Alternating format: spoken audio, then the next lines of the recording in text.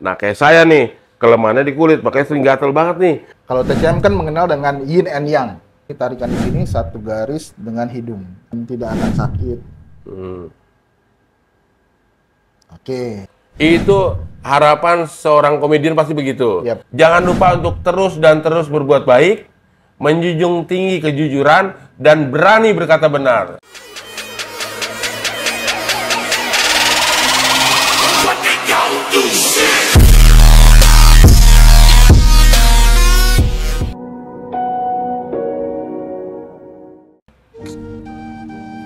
Kayak gini nih, kalau lagi kebanyakan pikiran, tangan gue bawaannya gatel mulu. Lihat aja tuh, di zoom deh kalau gue bohong. Ini tandanya gue lagi banyak pikiran, banyak masalah-masalah yang belum gue selesaikan. Biasanya kalau terlalu stres itu menyerang bagian tubuh gue itu bagian kulit. Ini kalau istilah ngetopnya nih, maaf nih, itu namanya psikosomatis. Psikosomatis itu apa? Itu adalah salah satu kelainan, penyakit di dalam tubuh kita sendiri yang bisa timbul karena terlalu banyaknya tekanan atau stres di diri kita, dan dia akan menyerang bagian tubuh kita yang paling rentan, lemah. Nah, saya kelemahannya itu di kulit. Ada juga orang yang, contohnya lagi nih, ada orang yang tiba-tiba kalau lagi stres suka sakit mah. Terus yang paling gampang lagi, pandangan dia jadi kabur. Padahal secara medis diperiksa di dokter mata itu nggak ada gangguan.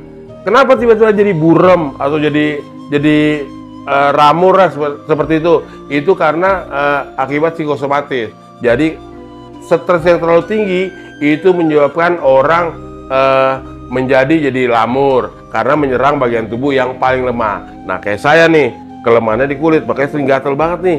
Banyak hal-hal yang belum terpecahkan. Mungkin salah satunya banyak urusan keuangan yang belum bisa dipecahkan karena ada tagihan sana, ada tagihan sini, tagihan atas, tagihan bawah, puyeng banyak banget ya. Makanya gue perlu nih, butuh teman-teman gue yang ada kehebatan, ada kelebihan lah, katanya dia bisa menyembuhkan penyakit-penyakit yang sedang gue alamin ini nih. Gue hubungin apa enggak ya? Tapi biasanya nggak usah dihubungin juga suka datang sih dia tiba-tiba. Woi, Mon. Luar biasa. Apa kabar, Mon? Dateng aja, baik. Iya, gue denger tadi lu kayaknya bahagia banget, happy banget. Bahagia, lagi stres, gue. Enak aja lu. Muka lu kelihatannya sedih, apa bahagia banget gitu. Muka gue emang begini. Mau seneng segala macam ya kelihatan kayak stres. Ini kok kenapa sih? Demen banget gue, lu datang nih. Ini kan tangan gue nih, lu lihat deh. Tangan lu iya bagus. Ini kan agak-agak luka, yang lainnya kan bagus. Nggak, bukan luka dong, itu apa kayak gatel gitu. Gatel, bener. Ini kan gue sering garukin sampai kadang-kadang berdarah. Itu karena gue lagi ada masalah-masalah yang belum terpecahkan. Oke. Kira-kira lu bisa bantu gue nggak? Nih gue bersyukur nih, Mon nih.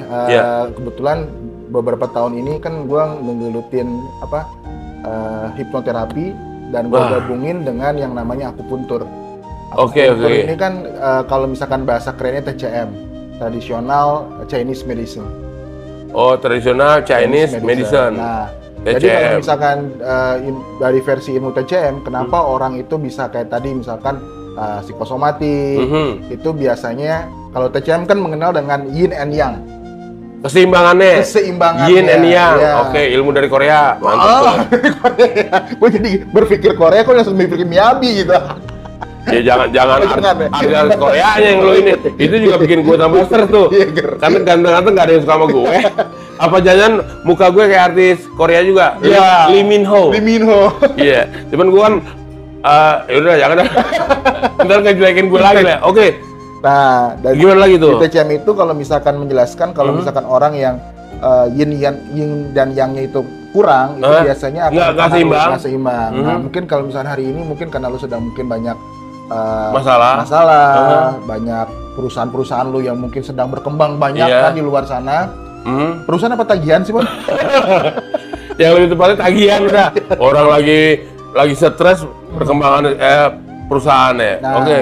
Itu nanti bisa kita bantu. Nah, ada beberapa titik-titik relaksasi yang bisa kita stimulasi untuk membuat lu bisa tambah rileks, Mon. Oh, awalnya lu cari dulu titik-titik stimulasi yang bikin gue jadi rileks. Iya. Caranya gimana? Nah, nanti ada beberapa titik di kepala sama di muka biar kelihatan lebih fresh lagi, dan pada saat lu fresh, pikiran lu tenang, lu bisa menghadapi kehidupan dan bisa menjawab permasalahan hidup lu tuh, Mon. Nah, ini dia yang gue tunggu-tunggu. Itu gue mau banget kok. Boleh, Mon ya? Boleh. Jadi kita harus ngapain nih? Kita balik-balikin aja nih meja biar sama stres lagi. Lu ngaco aja. Oke, gue bantu lu, Mon ya. Iya. Nah, gue hari ini akan mencoba untuk menstimulasi lo dengan apa? Titik akupuntur yang paling mudah. Ini teman-teman kalau aku pungtur, kalau kamu pungtur gimana? Kalau aku mundur namanya, Mon.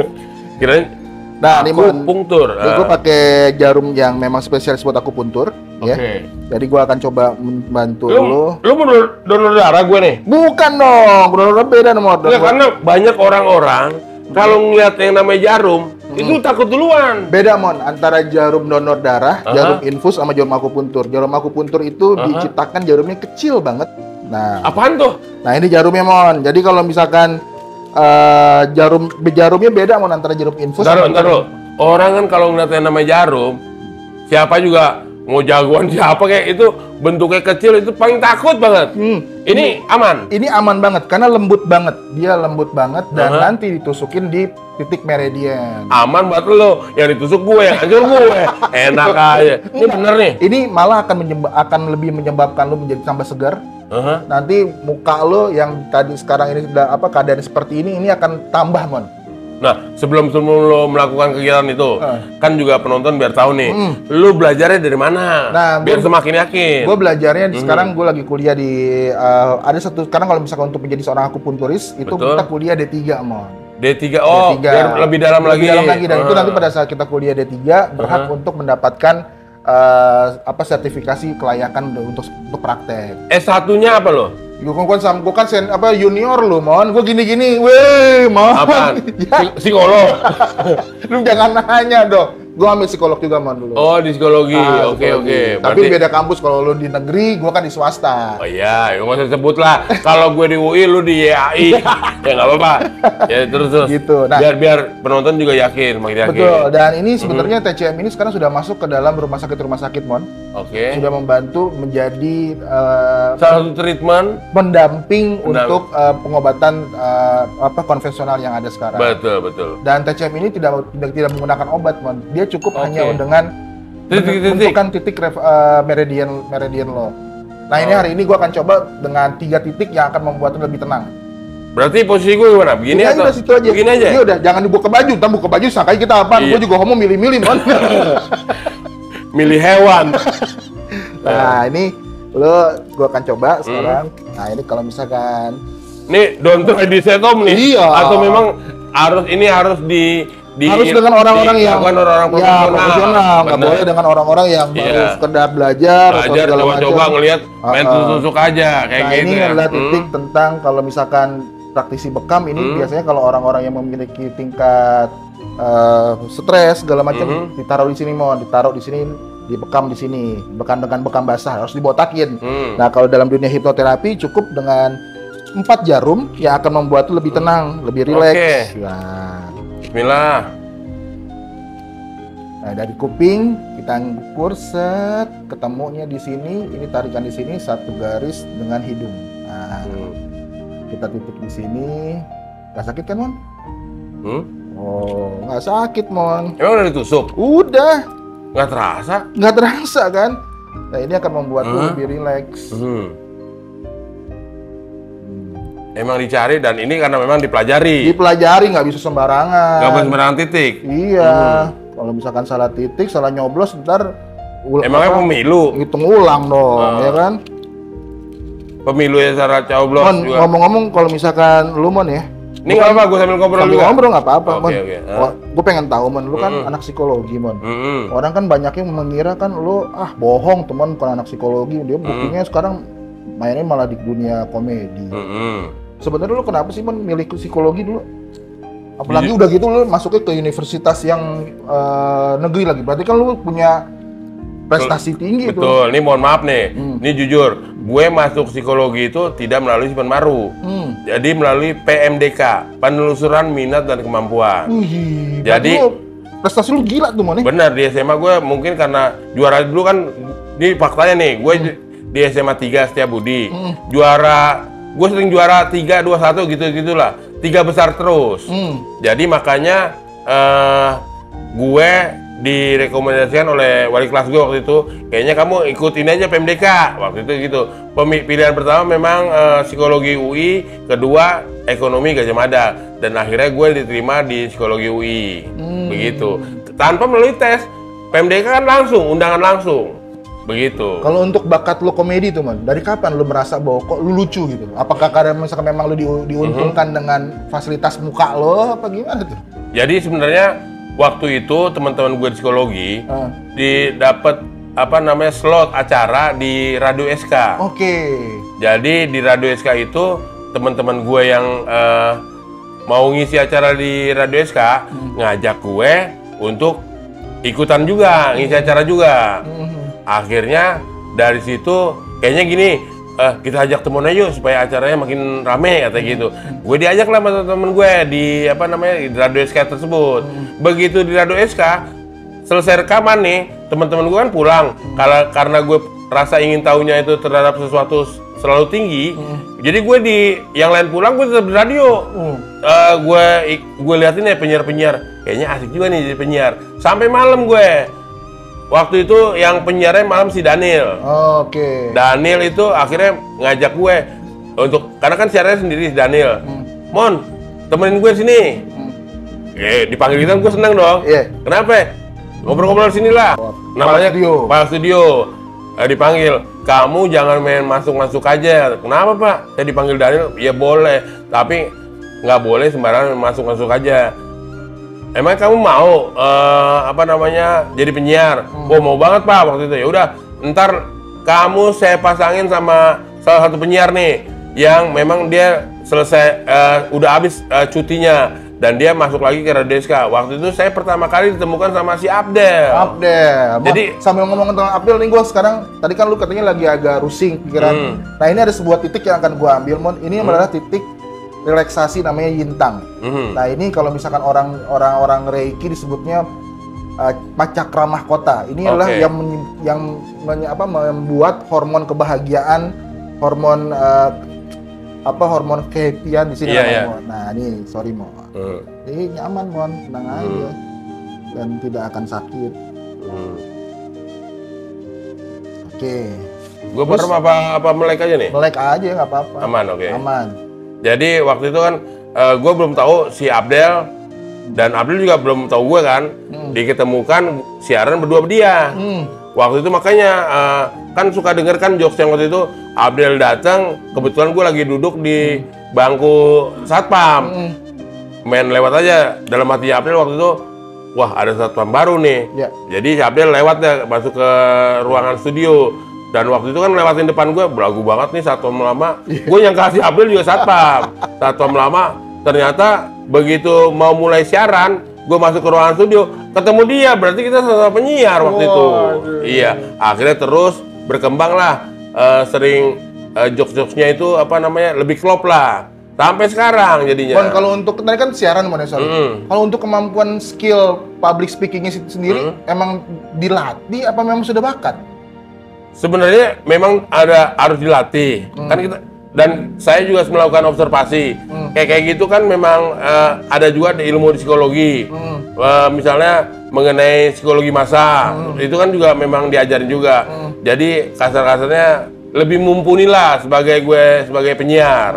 Kurang lebih seperti itu. Makanya jadi lebih, dan gue juga memang orang suka ngomong, suka bergaul sama orang lah.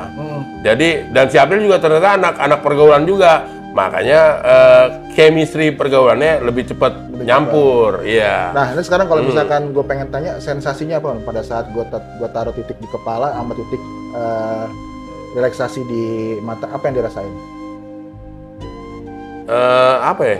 Ya nggak ada terasa apa-apaan. Nggak terasa apa-apa. Tapi ada lebih nyaman gitu. Jujur aja lebih ngantuk. Lebih ngantuk. nih, jadi orang nggak perlu pakai obat ngantuk. Ditusuk-tusukinnya pala lu gitu ya? Iya. Nah ini salah satunya biar lu lebih tenang. Nah besok biasanya kan gini man, orang pada saat psikosomatik biasanya dia akan menjadi orang yang menjadi insomnia, nggak bisa tidur. Betul, gelisah. Makanya dikasih teknik seperti ini supaya lebih relaksasinya terjadi. Biasanya orang kalau lebih rileks, lebih tenang itu lebih nyaman. Kecenderungan ngantuknya tinggi tuh, benar-benar. Ini sebenarnya ada lagi beberapa titik, misalkan di pipi, di sini. Tapi kan kalau misalkan gue tusuk di sini, lo nggak bisa ngobrol sama gue, Mon. Iya. Ini titiknya cuma ini doang yang gue ambil. Ini minimal bisa meredakan sedikit gelisah, khawatir dan. Iya sih, mulai berkurang emang, jujur aja gitu. Nah, jadi teman-teman juga gitu, kalau apa namanya, ini kan salah satu teknik baru nih. Memang harus ditangani orang-orang yang belajar, orang yang profesional. Jadi jangan main asal tusuk-tusuk kayak seperti itu, emangnya gue kuntilanak gitu. Dan keadaannya harus steril, kayak misalkan tangan gue pada saat sebelum syuting tadi gue udah pakai disinfektan segala macam, jadi aman. Harusnya pakai sarung tangan atau misalkan tapi gue udah pakai alkohol. Sarung tinju nggak boleh lah ya. Sarung tinju. Mon, gue pengen nanya satu hal. Suka duka saat berkarir, apa yang menjadi suka duka lu? Suka duka gue jujur nih, sukanya kan biasanya lebih excited nih. Kalau misalnya gue ngejokes, terus penonton tertawa. Itu harapan seorang komedian pasti begitu. Dan gue sendiri merasa gagal kalau ternyata jokes yang gue sampaikan itu mungkin nggak semuanya ketawa. Misalnya dari 10, misalnya cuman 9 ketawa, 1 enggak. Itu merasa gue nggak berhasil. Jadi kalau bisa, itu semuanya ketawa. Itu salah satu dukanya. Kalau duka yang terlalu gimana sih nggak ada. Lebih pada begitunya. Untungnya juga, ya alhamdulillah selama ini memang ketawa semua lah, kayak gitu. Tapi kan yang namanya dunia selebriti kan ada pasang surutnya nih, Man. Betul. Ada up and down, and down. Pada saat lu berada dalam titik di mana nadir rendah, jangan dong, sedih banget tuh. Iya. Titik yang di mana lu mungkin nggak ada kerjaan, segala macam. Itu apa yang lu lakuin tuh, Man? Kadang-kadang memang kita kan selalu berharap apa yang kita inginkan itu lebih cepat tercapai. Kadang-kadang kita sebagai manusia pingin cepet lah. Kayak misalnya hari ini gue usaha nih, pinginnya besok dapat untung yang besar. Sebenarnya kayak gitu kan nggak boleh, karena harus melalui proses. Ada kalanya kita jatuh atau segala macam. Sebenarnya kegagalan itu kan adalah kesuksesan yang tertunda. Intinya begitu. Mon, ini sambil gue rapihin gue cabut jarumnya, gue pengen minta satu kata-kata dari lu buat teman-teman di luar sana yang mungkin sedang merasakan juga psikosomatik, tentang asam lambung, tentang stres. Oh, bisa macam-macam nih. Ya, maksudnya apa sih yang harus dilakukan, Mon? Kalau misalkan menurut lu sendiri, versi lu sendiri, apa yang harus dilakukan tuh, Mon? Itu tadi, sebenarnya jangan lupa kita berdoa. Satu. Betul. Keluhan apapun itu kita sampaikan kepada pencipta kita, karena dia yang menciptakan kita. Jadi percayalah bahwa apa yang kita sampaikan ke ke Tuhan kita, itu pasti Tuhan mendengarkan dan memberikan jawaban yang pasti. Jadi nggak ada kata terlambat. Tuhan pasti menyiapkan waktu yang tepat buat kalian. Ya, kata-kata bijak seperti itu. Makanya kalau siaran juga gue sering menyampaikan kata-kata bijak. Misalnya nih, jangan lupa untuk terus dan terus berbuat baik, menjunjung tinggi kejujuran, dan berani berkata benar. Akhirnya kan kayak gitu. Luar biasa. Makanya pendengar gue pada seneng gue mengucapkan kalimat seperti itu. Gue nggak nyangka, Mon, kata-kata lu nggak tidak sebagus dengan muka lu, Mon. Gue jadi stres. Sahabat-sahabat kehidupan luar biasa. Sekali lagi tepuk tangan buat Bang Temon. Dan ini satu pelajaran buat kita, bahwasannya tadi apa yang dikatakan teman-teman, satu hal yang kita kutip, bahwa ternyata Tuhan tidak pernah menjanjikan jalan yang mulus. Betul. Tapi Tuhan selalu menjanjikan bahwa Dia selalu ada untuk mendampingi kita. Betul. Terima kasih teman-teman sahabat kehidupanku. Nanti ketemu lagi di Hipno Akupuntur. Terima kasih kok ya. Sama-sama, Mon. Mantap. Sukses, Mon. Ya, siap.